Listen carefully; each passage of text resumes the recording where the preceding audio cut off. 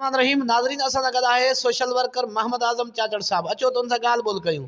उस्ताद आज़म असांखे इहो ॿुधाइजो त जेके पंजाब में 6 कैनाल ठहनि पिया, इन हवाले सां पीपल्स पार्टी चवे थी त असां कैनाल रोकिया आहिनि, न ठहंदा, ऐं जे ठहनि त सिंध खे कहिड़ो नुक़सानु पवंदो?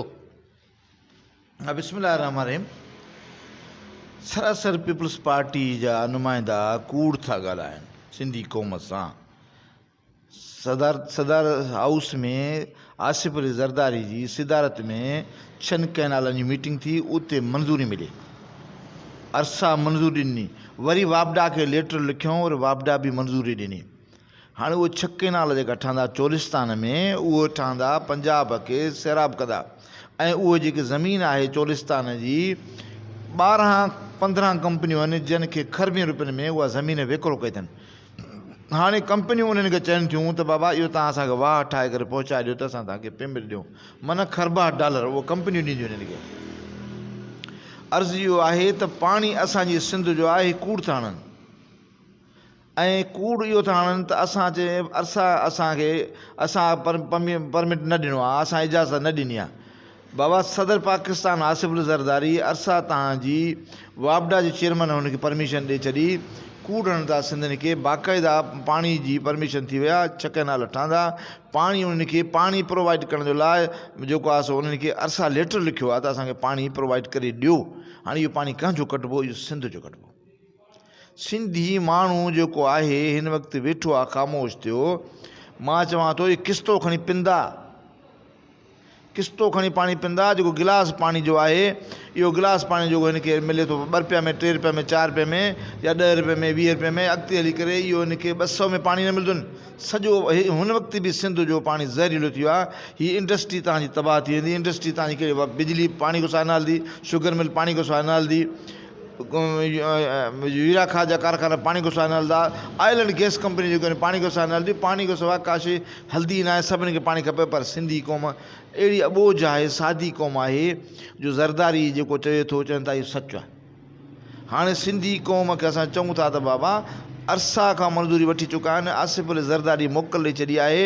हाणे हरू भरू वज़ीर आला अच्छा वज़ीर आला खे पुछो कंहिं साफ़ी त साईं तव्हां जेको ॿुधायो त कैनाल ठहनि था, ईअं बोलड़ो न नचंदो आहे डिंबिक डिंबिक डिंबिक डिंबिक करे, ऐं बोलड़े नची करे चइबो कहिड़ा कैनाल कहिड़ा कैनाल? बाबा कैनाल ठहनि था, कैनाल ठही वञे। मां सिंधी माण्हू खे चवां थो तव्हां जागो। जेकॾहिं तव्हां न जागदव तव्हांजे घरनि में ज़हर त हूअं बि घरनि में फैलिजी वई आहे, अञा वधी वेंदी। पर सिंधी माण्हू सम्झे कोन थो, छो त वेसर बोलो आहे न सिंधी क़ौम खे। हाणे मां वरी चवां थो उन्हनि माण्हुनि खे, इहे जेके तावीज़ ॾींदा आहिनि दरगाह, इन जी ॻाल्हि मञींदा आहिनि। इहे माण्हू सिंधी माण्हू तावीज़ जेके ॾींदा आहिनि इन जी बि ॻाल्हि मञींदा आहियो। ॿियो जेके ठग पीर आहिनि उन जी बि ॻाल्हि मञींदा। हाणे ठगनि पीरनि खे चवां थो ख़ुदा खे मञो, तव्हां सॼी ज़िंदगी ठगी के हाणे हिकिड़ो सच ॻाल्हायो त बाबा सिंधी क़ौम जो पाणी जेको आहे उहो चोरी थी वियो आहे। हाणे हे सिंधी क़ौम एॾी सादी क़ौम आहे, असां हिनखे सम्झाए थकाऊं, सम्झनि ई कोन था।